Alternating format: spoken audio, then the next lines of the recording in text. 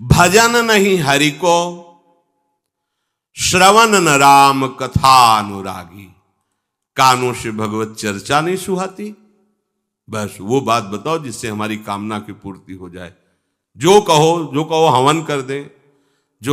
ये हवन से, ये ताबीज बांधने से, ये घोड़े की नाल की अंगूठी पहनने से ये बुरा लगेगा सबको। कुछ नहीं होता, कुछ नहीं होने वाला। पापाचरण करो, पूरा एक टैंकर तेल चढ़ा दो शनि भगवान में, पर तुम्हारा नाश करेंगे। क्योंकि वो तेल से प्रसन्न नहीं होते, वो हरि के शरणागत से प्रसन्न होते। ये सब हरि के अनुचर हैं, सब हरि के अनुचर हैं। जानकी नाथ सहाय करे तो कौन बिगाड़ सके नर तेरो। है ये शुक्र शनिचर राहु केत सब क्षण में वही है तेरे चेरो। जानकी नाथ सहाय करे कौन बिगाड़ सकता है। महाप्रभु हरिवंश चंद्र जो कह रहे, जो पे कृष्ण चरण मन अर्पित तो करी है का नवग्रह रंक। ये बेचारे नवग्रह भिखारी क्या तुम्हारा कर सकते हैं। यदि तुम बादशाह श्री कृष्ण के दास हो तो ये चाहे जिस नक्षत्र में बैठे हो तुम्हारे अनुकूल चलेंगे, तुम्हारे अनुकूल चलेंगे। तेल चढ़ाने की जरूरत नहीं, अपने को चढ़ा दो श्री हरि के चरणों में। और हरि से विमुख हो तो तेल नहीं, तुम चाहे तेल की फैक्ट्री इन्हीं के ऊपर लगा दो। लेकिन ये सेवक हरि के हैं और हरि के तुम विमुख हो तो ये प्रसन्न हो ही नहीं सकते, तुम्हारा पतन ही होगा। पर ये संसार समझता नहीं। भगवान नाम से मतलब नहीं, भगवत आराधना से मतलब नहीं। अरे भाई ये लोकपाल हैं, जानते हो भक्त को भी काम क्रोध क्यों सताता है। ताकत नहीं इनकी प्रवेश कर जाए, अहंकार है इसलिए। और भगवान को अहंकार अच्छा नहीं लगता, इसीलिए भगवान के सब दूत हैं, चढ़ बैठते हैं। देख तू कितना बड़ा साधक, कितना बड़ा भजनानंदी, दिखा हमें। अब फेल तो मैं भगवान की शरण, तो हो ना भगवान की शरण। और भगवान की शरण में हो जाए तो यही महासुख प्रदान करने लगते हैं, और कोई नहीं, इन्हीं के लड़का बच्चा है। द्वारिकाधीश के पुत्र रूप में कौन प्रकट हो रहा है? भगवान कामदेव, जो प्रद्युम्न अवतार है, साक्षात कामदेव हैं। कामदेव साक्षात आ रहे हैं। हम प्रभु से विमुख हो, कोई हमारा सहयोग कर सकेगा? कोई नहीं कर सकता। और अगर करने गया तो वो भी उल्टा टंग जाएगा। ये भी बात समझ लो। भगवान देख लो, हम आपको उदाहरण बता रहे हैं कि तो कैसे काशी नरेश, पौंड्रक, ये सब मिलकर भगवान के विरोध में हुए। भगवान ने सुदर्शन चक्र को छोड़ा, काशी नरेश पौंड्रक सबका उद्धार किया। और काशी नरेश का पुत्र था सुदक्षिण, उसने विचार किया कि ये तो बहुत बड़े अपमान की बात है।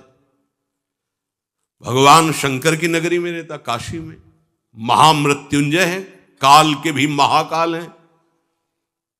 पंडितों से कहा ऐसा उपाय नहीं कि हम द्वारिका को भस्म कर दें। बोले है, भगवान शिव के ऐसे ऐसे मंत्र हैं कि वो तो विनाशकारी भी तो है ना, वो बहुत सुंदर भी है।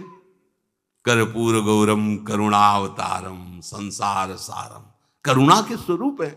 आशुतोष नाम है। एक चुल्लू जल ऐसा कोई देवता नहीं मिलेगा जो संसार में कोई देवता नहीं खाता, वो इन पे चढ़ाए जाते हैं। अकौड़े का फूल, धतूर का फल ये कोई पता है? नहीं पता। इतने से वो प्रसन्न, इसीलिए वो आशुतोष रीझ जाए तो पूरा नगर का नगर सोने का ऐसे दे दिया, लंका उन्हीं दे दिया। और अगर दृष्टि बदल जाए तो हनुमान जी बनकर पूंछ में आग लगा को श्रीलंका को नाश कर। बड़े विचित्र है। हाँ है भगवान शंकर विनाशकारी, द्वारिका को भस्म कर सकते हैं। आराधना की सुदक्षिण ने बड़े बड़े विद्वान बुलाए। काशी तो विद्वानों की नगरी, और ब्राह्मणों की विद्वता तभी सार्थक है जब प्रभु में उसका समापन हो। विद्या कौन? जो भगवान से मिला दे। अविद्या कौन? जो अहंकार माया में लगा दे। तो उन विद्वानों की ये समझ में नहीं आया कि किसके विरोध में मुझे अनुष्ठान में बैठालना है। बैठ गए, अनुष्ठान शुरू किया, तो मंत्रों में ताकत तो है ही। भयंकर कृत्या प्रकट हुई, विश्व का विनाश करने की सामर्थ्य रखने वाली। मंत्रों के द्वारा उसे प्रेरित किया, जाओ द्वारिकापुरी को ही भस्म कर दो। और ये पता नहीं था कि द्वारिकापुरी ब्रह्मा की बनाई हुई नहीं है। सारी की सारी शक्तियां ब्रह्मा की बनाई हुई चीज पर बिगाड़ सकती हैं, लेकिन चिदानंद धाम में इनका तो प्रवेश ही नहीं। अब दूर से द्वारिका में दिखाई दिया, भयंकर ज्वाला में कृत्य आ रही, लोग भागकर भगवान के पास गए, प्रभु कोई भयानक मंत्र से आविष्ट होकर कृत्य आ रही जो नष्ट करना चाहती द्वारिका। तुम्हें घबराने की जरूरत नहीं, ना बताने की जरूरत है। द्वारिका हर समय सुदर्शन से सुरक्षित है, और सुदर्शन कोई जड़ चक्र नहीं है, वो चैतन्य भगवत पार्षद है।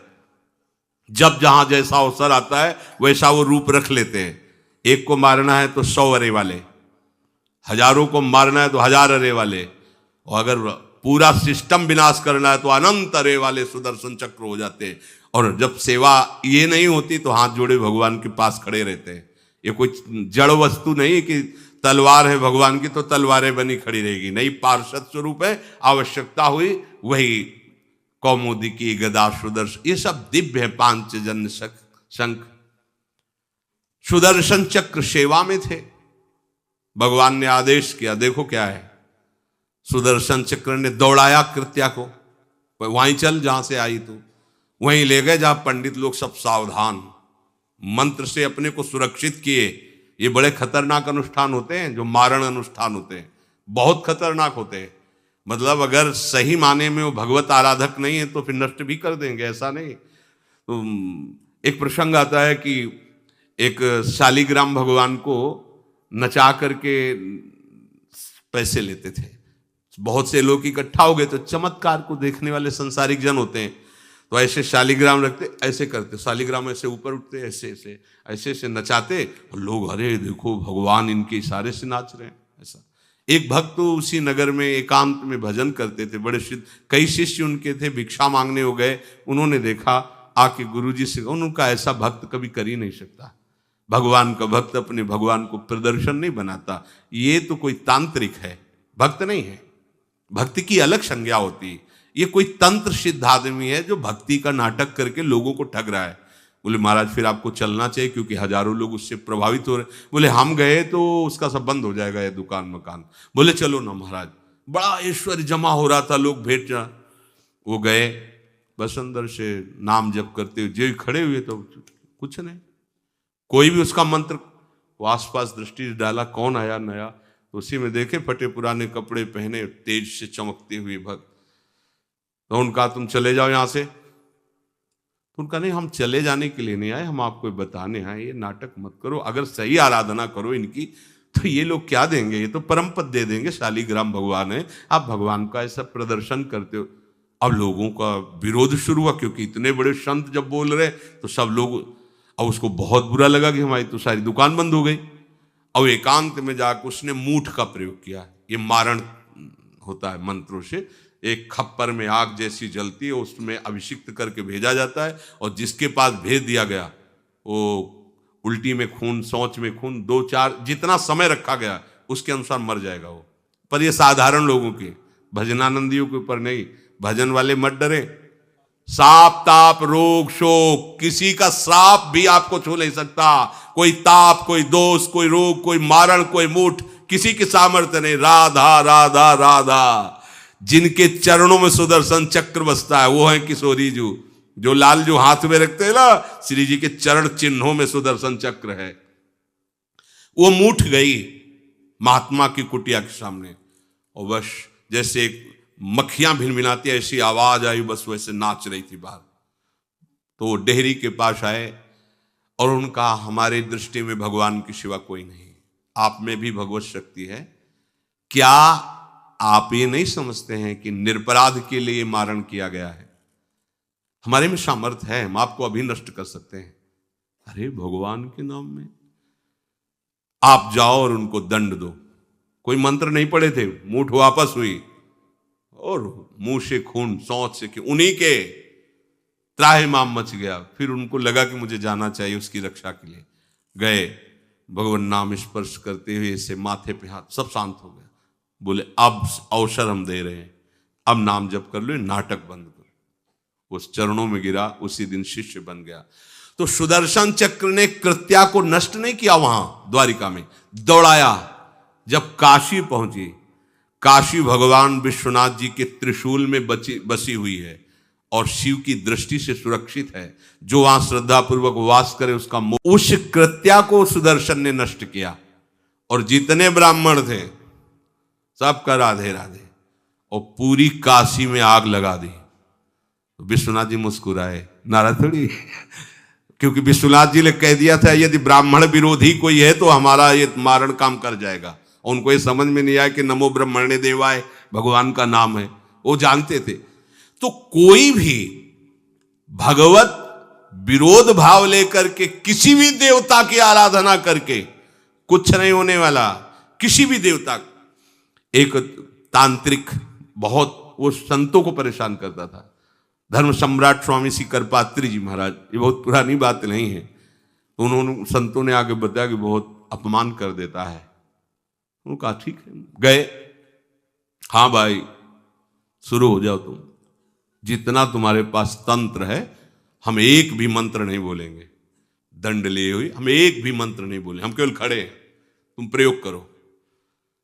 वो जो उसके तंत्र के प्रयोग, नारायण नारायण नारायण नारायण, कुछ नहीं बोले। अब हम प्रयोग करें तो उठा, साष्टांग दंडोत हुआ, बोले आप धर्म सम्राट करपात्री जी हैं क्या? क्योंकि इतनी सामर्थ्य केवल उन्हीं में है जो मुझे रोक सके दूसरे। बोले बंद कर दो, दोबारा शिकायत नहीं आनी चाहिए हमारे पास। तंत्रों में बड़ी सामर्थ्य होती है, लेकिन भगवान में अनंत सामर्थ्य होती है, अनंत सामर्थ्य होती है। इसलिए हमें कभी भी प्रभु से विमुख होकर कोई भी देवता बचा लेगा ऐसा सोचना भी नहीं कि हम किसी की आराधना करके, ऐसा नहीं, वही आपको नष्ट कर देगा। भरत जी को, जड़ भरत जी को पकड़ ले गए जो चोर लोग थे, दस्यु लोग। उन्होंने देवी जी को कहा, बड़ा भ्रम है यार, वो जगत माता है, अम्मा है सारे जगत की, और बकरे की बलि दे लेते। उनका बच्चा बकरा नहीं हुआ क्या? जब जगन माता है, जगदम्बा है, जगद अम्बा है वो, तो क्या ये छोटे छोटे जीवों को जो बलि देते हैं, क्या उनको ये पता नहीं कि ये उनकी अम्मा है? उनके सामने काट रहे हो, मां तो मुझसे प्रसन्न होगी। काट लो, अभी अवसर आएगा तब तुम्हें पता चलेगा। अब वो जो पकड़ के लाया गया था मनुष्य बलि के लिए, तो वो दस्युराज एक बाजार सी लगी थी, उत्सव मनाया गया, उसे कहा गया था जो मनावे सो खाओ। तो जहां जाता अच्छे अच्छे पदार्थ खाता। तो दुकान वाले ने खा ले, थोड़ी देर बाद गड़ासा चले करते। बोले क्यों? तो बोले तुम्हें पता नहीं क्या? बोले नहीं। बोले बलि के लिए लाए गए हो। अब तो जलेबी मुंह की मुंह में रह गई। इसके बाद गड़ासा चले, आसपास देखा तो रक्षक इधर उधर थे, भाग लिया। अब रक्षकों ने देखा कि वो तो है ही नहीं। अब उनको बड़ा भय लगा। अब वहां कोई फोटो थोड़ी खींची गई थी कि बलि किसकी चढ़ानी है। अब वो भागे। महाराज बैठे थे पद्मासन में, जड़ भरत जी ब्रह्माकार वृत्ति, इन्हीं को पकड़ ले गए। बढ़िया तगड़ा तंदुरुस्त है। और दस्युराज ने कहा बलि का जो वो लाया गया, हाँ महाराज, अष्ट देख के प्रसन्न हो गया। तेजो में हष्ट पुष्ट ब्रह्माकार वृत्ति इनकी। बोले स्नान करवाओ। सालों से स्नान नहीं हुआ तो को उपटन लगा के स्नान कराया। खीर पुआ रबड़ी रसगुल्ला सामने भोग लगाओ, दबा के खूब खीर पूड़ी रबड़ी पाई। अब वो तो भगवान के प्रेमी भक्त है, ब्रह्माकार स्वरूप है, अपने स्वरूप में स्थित है। इसके बाद तिलक लगाया। बोले गर्दन झुका। भरत जी अंदर से कह खीर खाया ना, अब गर्दन भी झुका, गर्दन भी कटेगी। भक्त की गर्दन यदि श्रद्धा से झुके तो ठीक, अगर जबरदस्ती से झुका दिया तो तुम झुकाने लायक नहीं रह जाओगे, भी ध्यान रखना। क्योंकि ये गर्दन अब गर्दन नहीं, ये किसी और की शान बन चुकी है। भक्त की गर्दन किसी की शान है और वो उनकी शान है जो सबकी जान है। देवी जी की मूर्ति में आग लग गई, दाह शक्ति पैदा हो गई। जे ही जड़ भरत जी का शरीर ऐसे किया, फाड़ करके मूर्ति भद्रकाली प्रकट हो गई। और जो गड़ासा काटने उसी को उठाया, काट काट के उन्हें दस्युराज से लेकर समस्त सांप को काट करके खून की होली खेल दी। भरत जी ने देखा जब कोई काटने वाला नहीं है तो बोले ठीक है अब चलो पचाने के लिए टहलते हैं, थोड़ा खीर पुआ खाया, चल दिए, कोई रोक। देवी जी से एक बार भी लिखा कि मां बड़ी कृपा है। जो भगवान का भक्त है वो दूसरे की कृपा भी नहीं मना सकता। नहीं, एक बार भी मुड़कर ऐसा प्रसंग नहीं आया कि देवी जी के देख बड़ी रक्षा कर, कुछ नहीं।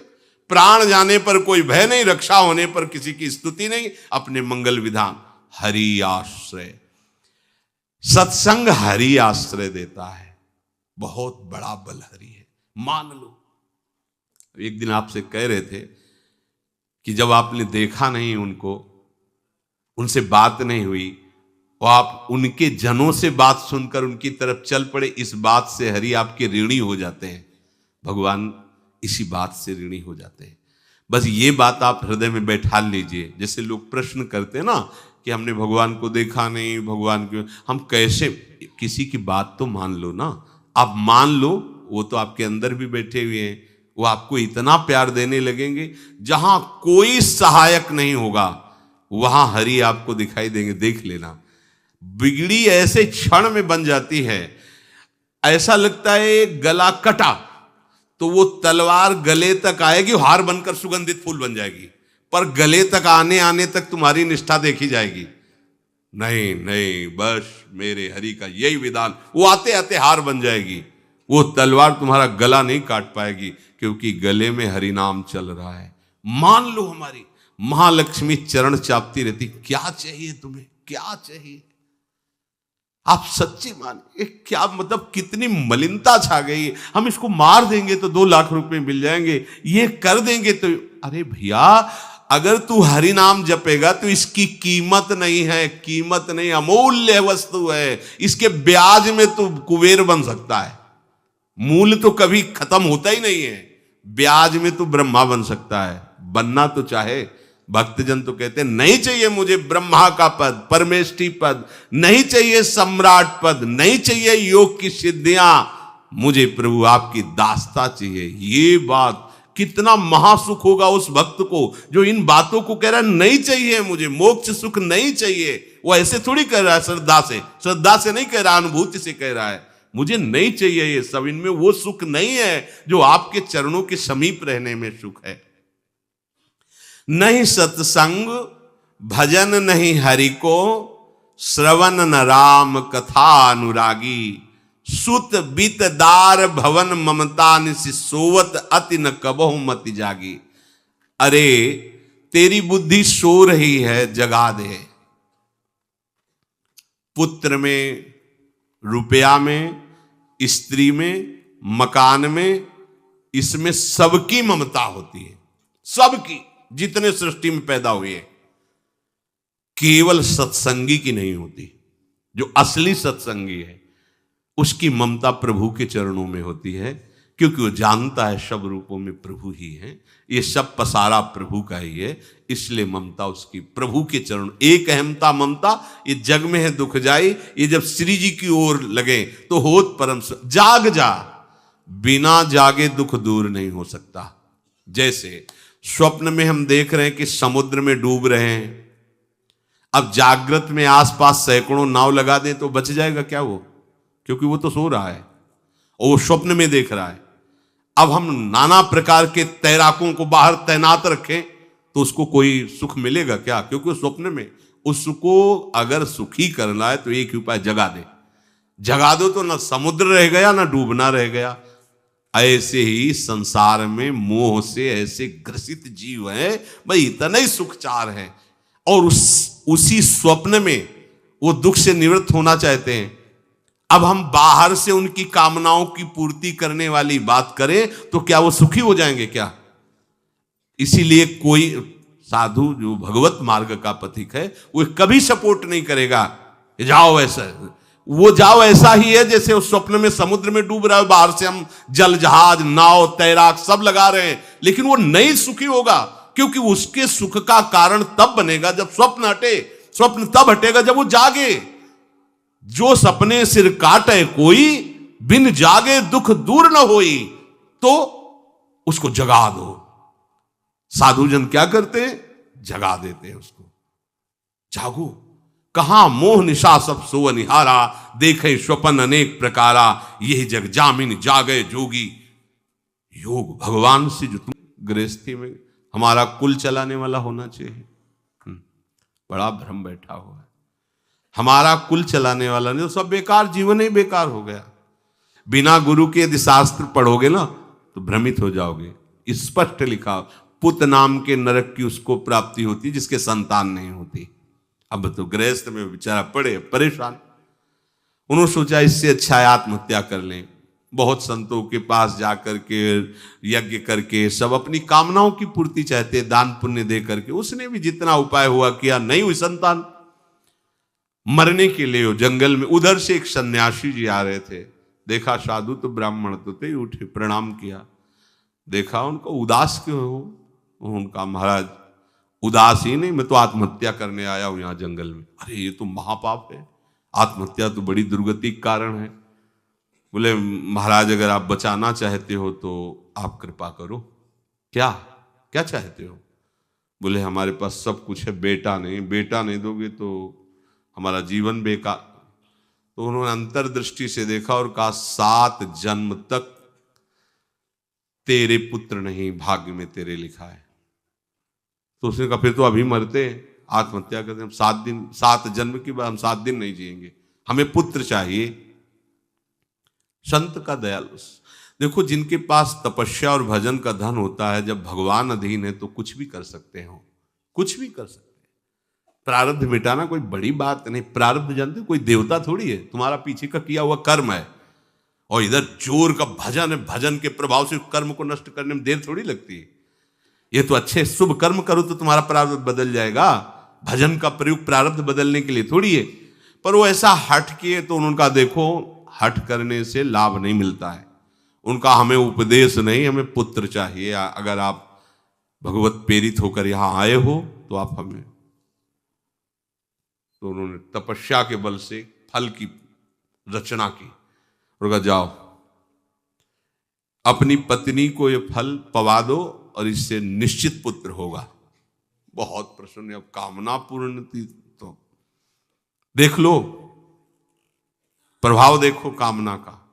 प्रसन्न हुए आए, धुंधुली नाम था उनकी पत्नी, नाम भी बहुत बढ़िया था, धुंधुली।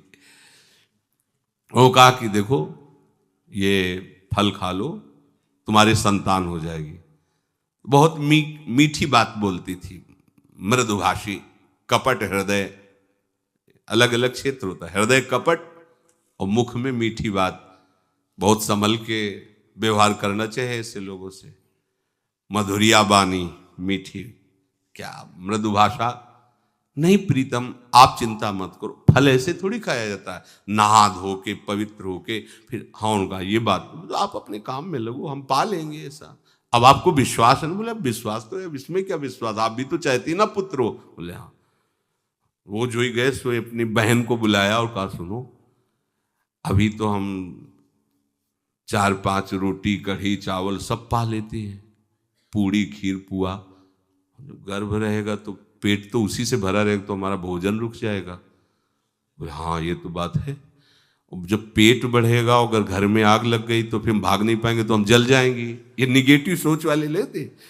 और पंडित जी तो इसी बात में लगे हैं कि गर्भ रह जाए तो क्या करें, तुम्हारा हम खाएंगे तो है नहीं पक्की बात, पर करें तो क्या करें। पंडित जी को कैसे समझो? उनका देखो एक बात है, हमारे गर्भ है, हमारे कई लड़के हो चुके हो, गरीबी है ही है हमारे यहाँ, तुम कुछ पैसा दे देना और ये नाटक करना कि मैं गर्भवती हूं, बच्चा समय होने पर हम पहुंचा देंगे, हम घोषित कर देंगे हमारा बच्चा मर गया। तो पंडित जी को तुम नाटक में बताते रहना कि गर्भ है, बच्चा हो जाए। पंडित जी कह देना बच्चा हो गया है, तो बोले दूध पिलाने की समस्या आएगी। तो बोले ये तुम कह देना कि पहला बच्चा है, हमारे वक्षा स्थल में दूध नहीं, हमारी बहन का था तो मर गया बच्चा, तो उनको बुला लेती तो बात बन जाएगी, बढ़िया बात हो गई। परीक्षा के लिए फल गाय को खवा दो, गाय को खवाया। ठीक समय पर गोकर्ण जी प्रकट हुए, दिव्य तेजोमय बालक, कान केवल वो गाय के, बड़े ही विद्वान और भगवत भक्त संत के द्वारा। कहा था 7 जन्म तुम्हारे भाग्य में, बच्चा नहीं तो नहीं है, देखा, गाय के हो गोकर्ण जी प्रकट हुए। उधर उनके जो बच्चा पैदा हुआ वैसे ही नाटक के द्वारा पहुंचा दिया गया, वैसे ही पूरा जैसा पहले पक्का हुआ। अब उसने कहा कि हमारे तो स्तनों में दूध नहीं, हम अपनी बहन को बुला लें, उनका बच्चा मर गया। हाँ हाँ, हमारा बच्चा स्वस्थ होना, आप बुला लो, उसको हम धन भी देंगे, वो हमारे बच्चे की सेवा कर। अपने नाम से जोड़ करके उसका नाम रखा धुंधकारी, धुंधुली और धुंधकारी, अज्ञान का साक्षात स्वरूप। और जैसे ही वो अवस्था बढ़ती गई तो उसके पापाचरण बढ़ना शुरू हुए। बच्चों के साथ खेलता, खेलते हुए बच्चों को उठा लेता और कुएं में डाल देता, मतलब घोर अत्याचार। गोकर्ण जी हर समय भजन साधन शास्त्र स्वाध्याय। जब और बड़ा हुआ तो माता जी को अपने डंडों से रोज पूजन करता, पिताजी को गाली लात थप्पड़। पिताजी तो रो पड़े। गोकर्ण जी से कहा कि बेटा, हमारी गाय से प्रकट हुए पर भरोसा आप ही का है, बचा सकते हो। तो बोले पिताजी जाओ यहां से, भाग जाओ यहां से, एकांत जंगल में जाकर भगवान श्री हरि का भजन करो। उन्होंने 2 श्लोकों में उपदेश किया। दूसरा श्लोक ये, धर्मम भजस्व सततम त्यज लोक धर्मान सेवन सदा साधु पुरुषं जहि काम तृष्णाम अन्यस्य गुण दोष चिंतन मास मुक्त्वा सेवा कथा रसमहो नितराम पिबत्वम। हे पिताजी, अब तुम लोक धर्म का त्याग करके भागवत धर्म को स्वीकार करो, एकांत में जाकर साधु महापुरुषों के संग से उनके उपदिष्ट उपदेश के अनुसार आचरण करो, प्रभु की लीला कथा सुनो, ना कोई कामना ना कोई तृष्णा, किसी के गुण दोष का वर्णन मत करना और सदैव भगवत सेवा भावना में रहना, इसी जन्म में तुम्हें भगवत प्राप्त। वो तो उधर गए, इतनी पिटाई की उसने माँ की, माँ कुएं में गिरकर आत्महत्या कर ली। फिर तो मनमानी आचरण, कुछ वैश्याओं को रखा और चोरी करके लाया। वैश्याओं ने सोचा किसी दिन पकड़ा जाएगा ये और हम, तो उसके हाथ पैर बांध दिए, चारपाई में ला के मुख में अंगार डाल, वो मरा भयानक प्रेत। कामना ने क्या किया, सर्वनाश। किसी को हरि विमुख होकर कभी सुख मिल सकता है? आप संतों के पास जाइए, अपनी कामना रखिए। हम ये नहीं कहते कि कामना तुम त्याग पाओगे, कामना रखिए, भगवान के पास जाइए, अपनी कामना रखिए, क्योंकि आप कामना से युक्त हैं। पर छूट इतनी दे दीजिए कि जिसमें हमारा मंगल हो वो करना। जैसे नारद जी भगवान से अपनी कामना रखते हैं कि हमारा ब्याह करवा दीजिए, और बाद में एक छूट दे देते हैं कि जेहि विधि होए नाथ हित मोरा। तो हरि को अच्छा लगेगा, गुरुजनों को अच्छा लगेगा कि इस कामना से इसका कोई जीवन बाधित नहीं होगा, वो पूर्ण भी कर देंगे। और अगर लगा कि इसका पतन हो जाएगा तो आप रोते रहो तो भी कामना की पूर्ति नहीं करेंगे। उत्तम बात तो ये है कि कामना हरि की प्राप्ति की करो, वो सर्व सुख स्वरूप हैं। किसी का अन्य आश्रय अन्य बल ना लेते हुए अपने श्यामा श्याम के चरणों का आश्रय लेकर निरंतर भजन करो तो ये अनुभव हो जाएगा कि सुख किसे कहते हैं। अभी तुम्हें परिचय ही नहीं मिला, सुख किसे कहते हैं। सुख सच्चिदानंद है, सुख एक रस है, सुख अविनाशी है। वो सुख सदैव बढ़ता रहता है, घटता कभी नहीं। एक रस होते हुए भी प्रतिक्षण वर्धमानम है, कभी कभी अंत नहीं होता इस सुख का। ऐसे अनंत सुख के लिए हमें मनुष्य जन्म मिला है। प्यारे, इसे मत खोइए। हर समय राधा राधा राधा राधा राधा, और किसी को दुख मत दीजिए। कोई गंदा नशा मत कीजिए, कोई गंदे आचरण मत कीजिए, गंदा भोजन मत कीजिए जिससे अन्य जीवों को कष्ट हो। ऐसा कोई भोजन स्वीकार मत करो। इसी जन्म में आप देख लेना, इसी जन्म में आपको वो वस्तु मिल जाएगी, निहाल हो जाओ। हम किसी पक्षपात की बात नहीं करते। अगर इस छाती को बचपन से अभी तक ऐसा, तो हम कह देते कि भाई आगे कुछ भी हो, कोई भी हमारी गलती हो, हम ये मान सकते हैं। पर हमें ये पता चला कि बचपन से आज तक जलता ही रहा, कभी शांति नहीं मिली, भागता ही रहा पर कभी विश्राम नहीं मिला। पर हम ये आपको कह रहे हैं कि जैसा प्यार प्रभु वैसा अन्यत्र कहीं कभी कहीं नहीं मिला। और प्रभु के प्यार का मूर्तिमान स्वरूप हमारी प्यारी जू, निहाल कर दिया प्रभु ने। प्यारी जू के चरणों का आश्रय और उनका परिचय देकर पूछो, बस यहां वाणी मौन हो जाती है। प्यारी जू तो प्यारी जू, और हम ही नहीं, आप सब महाभाग्यशाली है। वृंदावन आए, राधा किशोरी जी के घर में आए और उनकी चर्चा सुन रहे हैं, उनके सिद्धांत सुन रहे हैं, कहीं ना कहीं आपके अंदर